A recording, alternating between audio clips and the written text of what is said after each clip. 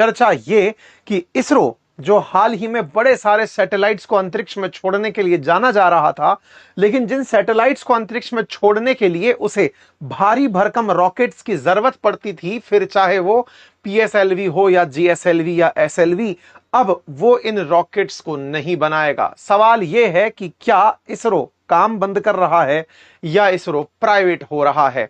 इसरो के बारे में यह जानकारी इसरो का एक प्राइवेट ऑर्गेनाइजेशंस के साथ डील करने वाला संस्थान जिसका नाम आईएन स्पेस है, उसके चेयरमैन के द्वारा मीटिंग में कही गई।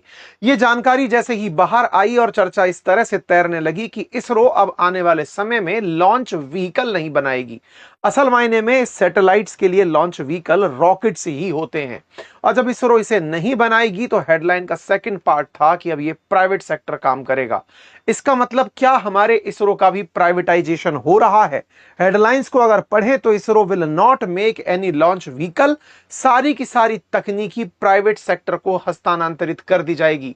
जहां एक और भारत में कभी रेलवे के प्राइवेटाइज होने पर बहुत सारे आंदोलन प्रदर्शन हुए थे, तो क्या अब इसरो का भी निजीकरण हो रहा है? और यदि ये सच है तो इसके मायने क्या होंगे, आज के इस सेशन में चर्चा करेंगे। बढ़ते हैं और चर्चा आज के इस खास सत्र में सीधी इसरो के रॉकेट्स और सामान्य सैटेलाइट बनाने के काम को प्राइवेट कंपनियों को सौंपने की बात की करते हैं, और साफ साफ ये कि ये किसी पब्लिक सेक्टर कंपनी यानी पीएसयू को सौंपने की तैयारी नहीं हो रही है, प्राइवेट कंपनीज को यह काम दिया जाएगा। कुछ इस प्रकार की बातें हाल ही में जो गोयनका हैं उन्होंने, डॉक्टर पवन गोयनका, उन्होंने हाल ही में एक मीटिंग में बिजनेस टुडे की इंडिया एट 100 इकोनॉमी समिट के अंदर बात करते हुए कही, और कहा कि हम आने वाले समय में रॉकेट्स यानी कि सैटेलाइट्स लॉन्च व्हीकल्स नहीं बनाएंगे।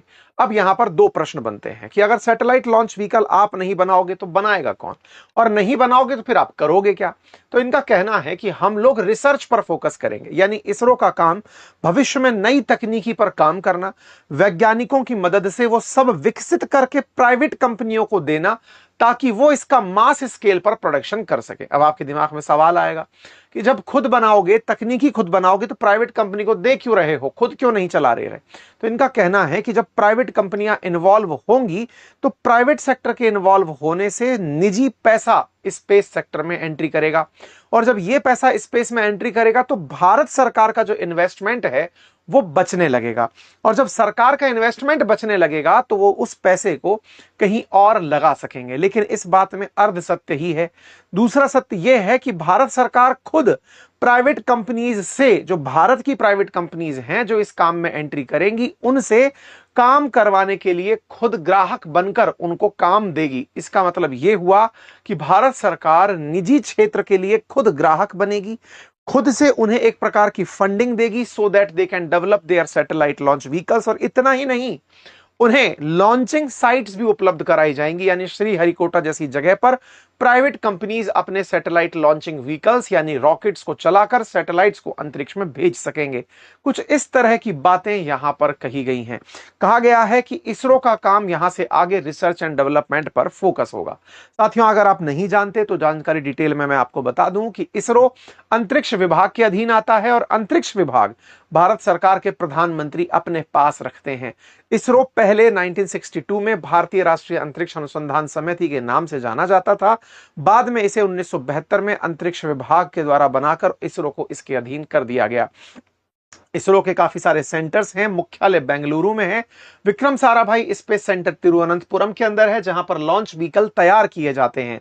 यही वाला काम अब प्राइवेट सेक्टर करेगा। सतीश धवन स्पेस सेंटर जो श्रीहरिकोटा से व्हीकल्स को लॉन्च करता है, इस काम के लिए प्राइवेट सेक्टर्स को उन्हें लीज पर दे दिया जाएगा।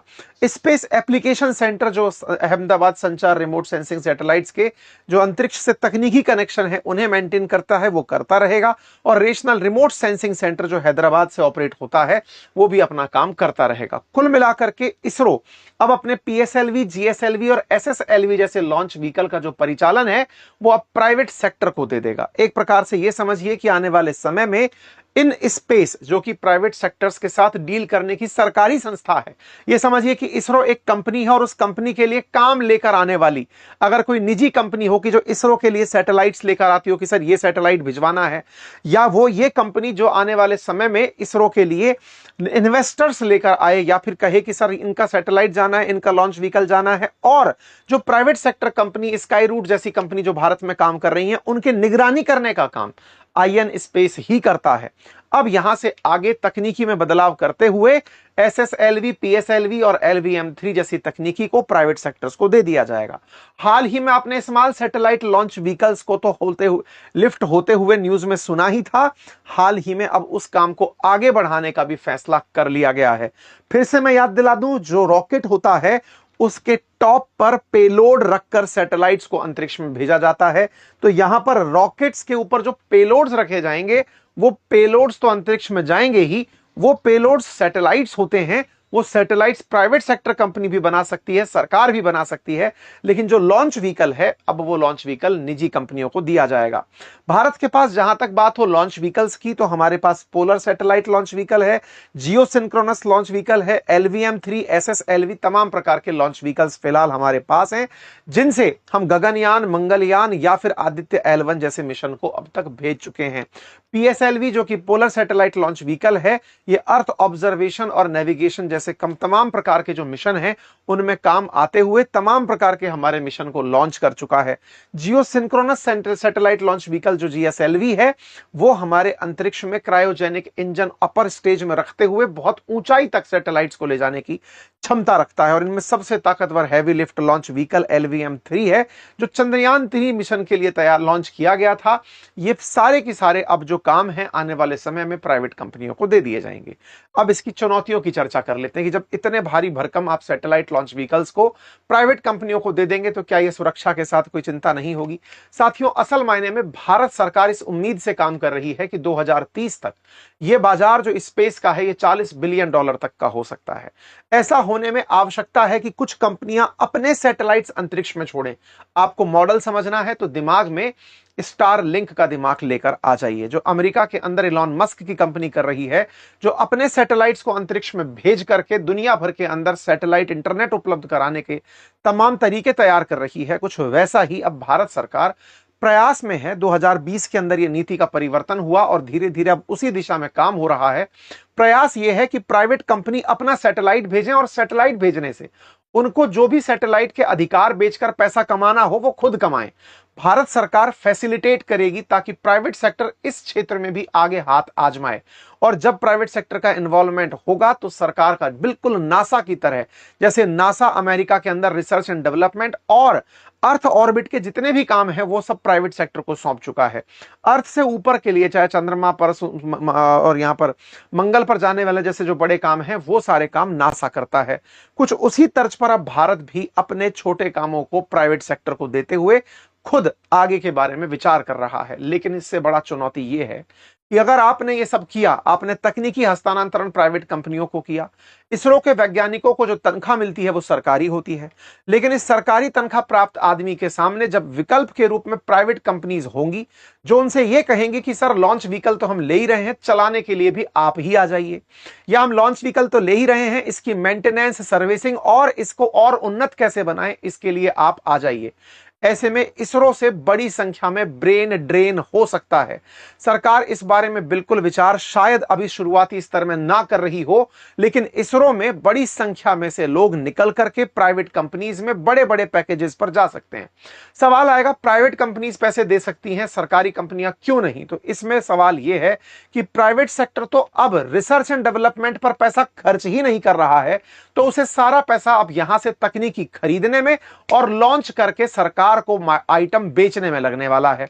इसका मतलब ये बिल्कुल वैसे है कि गाड़ी किसी कंपनी ने बनाई, आपने पैसा देके गाड़ी खरीद ली, अब जो गाड़ी का इंजन बनाने में रिसर्च हुई थी वो तो इसरो ने कर दी, लेकिन अब गाड़ी बेचने से जो कमाई होगी वो तकनीकी खरीद करके ये प्राइवेट कंपनी करने लगेंगी। ऐसे में बड़ी संख्या में हमारे वैज्ञानिकों को भारत के अंदर ही, दोनों ही बातें हैं, प्राइवेट सेक्टर के अंदर अपॉर्चुनिटीज भी मिलेंगी, लेकिन दूसरी तरफ इसरो के अंदर वैज्ञानिकों की संख्या में बड़ी कमी देखी जा सकती है। अगर ऐसा होता है तो इसरो जिस तरह से काम कर रहा है, ऑलरेडी बड़ी चुनौतियां उसे मिल रही हैं, अपने कई सारे मिशन में वो पहले ही देरी से चल रहा है, इसरो के वैज्ञानिकों को पहले ही नासा खींचकर अपने पास ले जाता है, और अब जब भारत में ही विकल्प होने लगेंगे तो हम ये जो बाजार का सपना देख रहे हैं, ये सपना कहीं अधूरा ना रह जाए। क्योंकि भारत सोच रहा है $40 बिलियन का व्यापार कर लेंगे, लेकिन भारत की प्राइवेट कंपनीज जब वैज्ञानिकों को ही ले जाएंगी तो एक चुनौती बन जाएगी।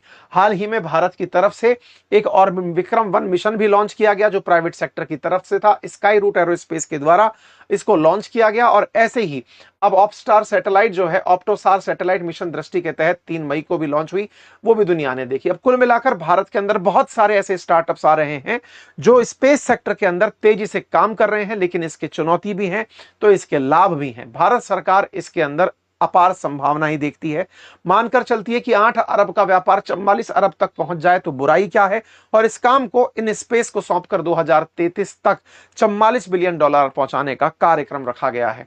देखना होगा इन चुनौतियों से कैसे निपटती है सरकार। बाकी आपका क्या है विचार, जरूर कमेंट बॉक्स में बताएं। चैनल पर नए हैं तो चैनल को सब्सक्राइब अवश्य कर